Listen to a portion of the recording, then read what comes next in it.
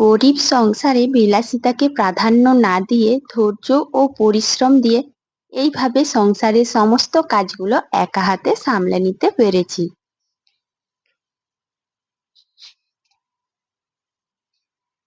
তো আমার সমস্ত প্রিয় বন্ধুদের জানাচ্ছি আরো একটা শুভ সকাল। ছোট্ট একটা গ্রাম থেকে আমি মুনমুন, ব্লগার মুনমুন চ্যানেলে তোমাদের প্রত্যেককে জানাচ্ছি অনেক অনেক স্বাগত। অন্যদিনের মতন আজকেও আবার একটা ছোট্ট ভিডিও নিয়ে এসেছি। যদি তোমাদের ভালো লাগে তাহলে পুরো ভিডিওটা দেখো। তবে হ্যাঁ, আশা করছি ভালো লাগবে, তাই পুরো ভিডিওটা দেখতে পারো। ভিডিও শুরু করার আগেই গুরুজনদের জানাই প্রণাম আর ছোটদের জানাই অনেক অনেক ভালোবাসা। তোমাদের ভালোবাসা আর বড়দের আশীর্বাদ এইগুলো নিয়েই কিন্তু আমি এগিয়ে যেতে চাই। আসলে আমি একটা ছোট্ট গ্রাম থেকে তোমাদের জন্য প্রতিদিন প্রতিনিয়ত ছোট্ট ছোট্ট একটা করে ভিডিও তুলে ধরার চেষ্টা করি।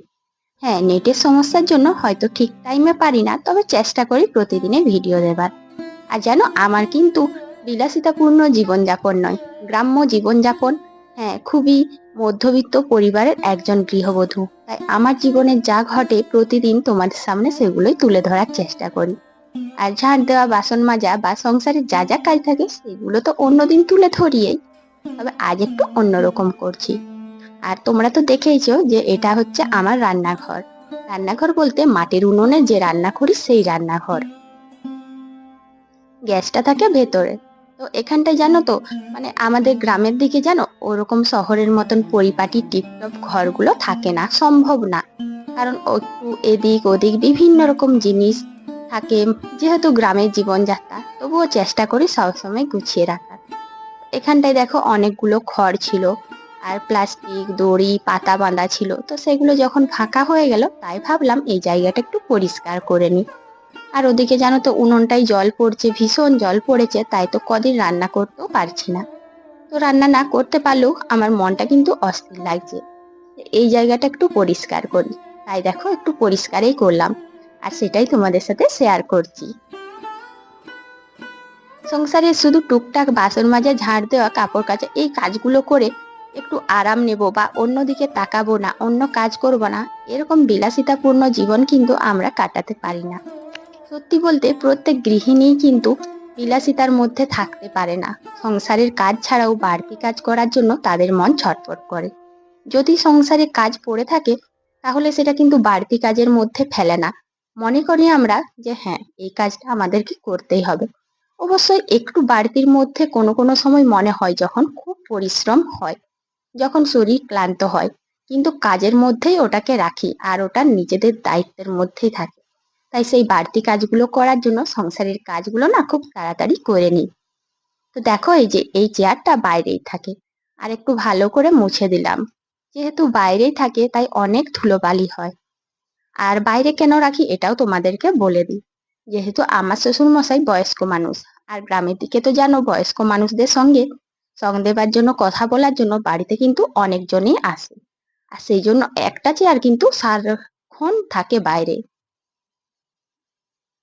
তো দেখো এই যে আমার বারান্দাটা ভালো করে পরিষ্কার করে নিলাম, আর এই ডাব্বাটার মধ্যে সবগুলো ভরে নিচ্ছি। তো অনেক কাগজপত্রও ছিল ঘরের মধ্যে, সেই কাগজপত্র পলিথিন তো সমস্ত কিছু একটা ডাব্বার মধ্যে ভরে নিচ্ছি। তো প্রিয় বন্ধুরা, আজকে আমার চ্যানেলে যারা নতুন এসেছো, যদি আমার ভিডিওটায় ক্লিক করে থাকো, যদি পুরো ভিডিওটা দেখে থাকো, আশা করছি ভালো লাগবে। আর যদি ভালো লাগে তাহলে কিন্তু একটা লাইক কমেন্ট করে পাশে থেকো। তোমরা যদি আমার পাশে থাকো তবেই কিন্তু আমি এগোতে পারবো। আর জানি না কেন আমার ভিডিও কিন্তু আজকাল তোমরা কেউ দেখছো না। আর দেখো এদিকে কিন্তু বকবক করতে করতে আমার কাজও হয়ে গেল, মানে ওই বারান্দাটা পরিষ্কার করা হয়ে গেল। আর এখন সবাইকে কিন্তু মুড়ি খেতে দিয়ে দিচ্ছি। আমাদের গ্রামে তো, আর যে কোনো গ্রামেই বলো না কেন, জল খাবারে তো আর এটা সেটা ভালো কোনো নাস্তা থাকে না, মুড়িটাই কিন্তু আমাদের বাঙালির প্রিয়, বিশেষ করে গ্রামের দিকে। আর মুড়ির সঙ্গে দেখো একটু আলু ভাজা পেঁয়াজ করেছিলাম। তো কাঁচা পেঁয়াজ আলু ভাজা মুড়ি সবারই খাওয়া দাওয়া হয়ে গেছে। আর আমি সেই সুযোগে, আমি কিন্তু এখন খাবো না, তো সেই সুযোগে চলে এসেছিলাম বাগানে। সকালে যখন ফুল তুলি তখন এই পেয়ারাগুলো দেখেছিলাম, তার জন্য জানো তো ক্যামেরা নিয়ে এসেছি। আর এই একটা পেয়ারাই নিচে ছিল, যেটা তোমাদের সাথে শেয়ার করতে পারছি। বৃষ্টি হচ্ছে সেই জন্য যেন পেয়ারাগুলো খুব তাড়াতাড়ি পেকে যাচ্ছে। আর এই পেয়ারাগুলো অনেক বড় হয়, তবে ওই যে বৃষ্টি হচ্ছে সেই জন্য না হচ্ছে বড় আর না ডাসা হচ্ছে, আগেই পেকে যাচ্ছে, সে কচি অবস্থায় পেকে যাচ্ছে। তো এগুলো যেন সেইভাবে কিন্তু স্বাদ থাকে না। আর বারুইপুরের পেয়ারার যেরকম স্বাদ হয়, যেহেতু গাছটা বারুইপুরের গাছ, সেরকম স্বাদ নেই। অন্য সিজনের পেয়ারাগুলোই ভীষণ স্বাদ থাকে।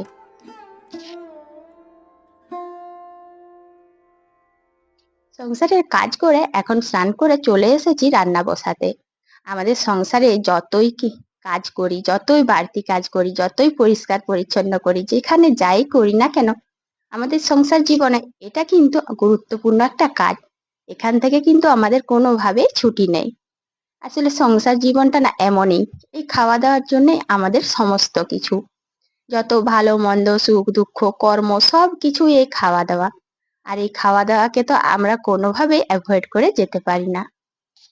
তো দেখো ওদিকে ভাত বসিয়েছি আর ডিম আলুর কষাটা বসিয়ে দিলাম। তো এই যে হলুদটা শেষ হয়েছিল আর হলুদের প্যাকেট থেকে তখন তাড়াহুড়ো করে কেটে তরকারিটা বসিয়েছি। তাই এখন জানো তো কৌটোর মধ্যেই ভরে দিলাম।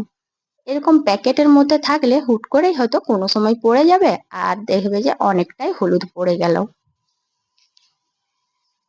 এরকম কিন্তু আমার সাথে অনেকবারই হয়েছে, যে তাড়াহুড়োর সময় হলুদ প্যাকেটটা কেটে রান্না করলাম, তারপর হয়তো প্যাকেটের হলুদটা বা যে কোনো জিনিসই যদি কৌটোর মধ্যে না ঢালি, অনেক সময় পড়ে যায়।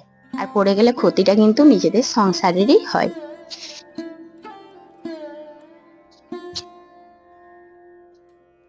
আজ সকাল থেকে অনেক হনুমান এসেছে। এখন আমি রান্না করছি আর মাথার উপরে যে টিনটা রয়েছে ওই টিনের উপরে কিন্তু হনুমান ঝাঁপাচ্ছে। তো দেখো বন্ধুরা, আমি ভিডিও করলেও আমার মনটা না একটু অস্থির অস্থির লাগছিল, যে হনুমান লাফিয়ে আবার টিনটা না ভেঙে দেয়। যদিও টিনগুলো ভেঙেই দিয়েছে, তবুও একটু কিন্তু কিন্তু লাগে, এত জোরে শব্দ করছে কি বলবো। আজকে রান্নাতে করছি এই যে কলার ভাজা, আলু ভাজা আর ডিম আলুর কষা। কাঁচকলার কোপ্তা কিন্তু ভীষণ সুন্দর হয়। আর কাঁচকলার কোপ্তা কালকে রাত্রিতে বানিয়েছিলাম, কিন্তু দুর্ভাগ্যের বিষয় যে লাইন ছিল না, না হলে ভেবেছিলাম তোমাদের সাথে শেয়ার করব। তো আমার প্রিয় বন্ধুরা, তোমরা কেমন আছো আর তোমাদের ওদিকে কিরকম বৃষ্টি হচ্ছে অবশ্যই জানাবে। কিছু কিছু বন্ধু আছো যারা সদা সর্বদা আমার ভিডিও দেখছো, আমার পাশে আছো।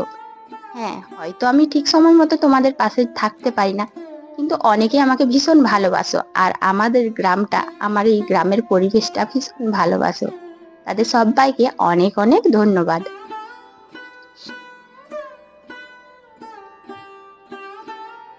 এখন ছেলেকে বললাম যে আয়, এখন একটু রোদ দিয়েছে, একটু না ভীষণ রোদ দিয়েছে। তো বললাম যে একটা গুরুত্বপূর্ণ কাজ আছে। আর ওকে কিছু বলিনি, ওকে বললাম যে ক্যামখাটটা ধরে দে। আর এই ক্যামখাটগুলো কি হয় বলতো, দুজনে ধরলে ভালো। যদিও আমি অনেক সময় একাও খাটটা পেতে দিই, তবু ও যখন বাড়িতে আসে বললাম যে একটু পেতে দেয়। তো দুজনে ভালো করে পেতে করে দেখলাম, জানো তো কি হয়েছে, ক্যামখাটটার অবস্থা অনেক ঝুল হয়েছে আর সঙ্গে একটা মৌমাছির বাসা বেঁধেছিল। এই মৌমাছির বাসাটা যখন আমি পরিষ্কার করেছিলাম তখন দেখেছিলাম, সেই জন্য বললাম যে একটু রোদের মধ্যে থাকবে। এটা আমার মাথার মধ্যে এসেছিল যে একটু রোদে থাকলে খাটটা ভালো হবে। আর এই খাটটা যেহেতু রোদে আছে, তাই চটপট করে বিছানার তোশকটাও নিয়ে চলে এলাম। আগে দেখতাম যে মা, কাকিমা সবাই কি করতো, বিছানাপত্র রোদে দিত। বিছানাপত্র রোদে দেওয়া না অনেক উপকার আছে।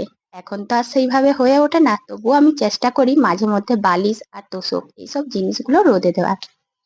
কালকে হঠাৎ করে রাত্রিতে প্রচুর বৃষ্টি হয়েছিল, যার জন্য ঘর মোছা আর বাইরের যা চট ছিল সমস্ত কিছুই ভিজে গেছে। সেগুলো এখন যখন রোদ উঠেছে তাই আমি রোদে দিয়ে দিচ্ছি। এদিকে দেখো জামা কাপড় উল্টোতে গিয়ে দেখি হনুমানটা পেঁপে খাচ্ছে। তো বন্ধুরা তোমরা দেখে নাও সবাই, আমাদের এখানে হনুমানের ভীষণ উপদ্রব। আর ও এখন পেঁপে খাচ্ছে, আমার জামা কাপড় উল্টানো হয়ে গেছে। তো বন্ধুরা, আজকে ছোট্ট ভিডিওটা আমি এখানেই শেষ করছি। টাটা।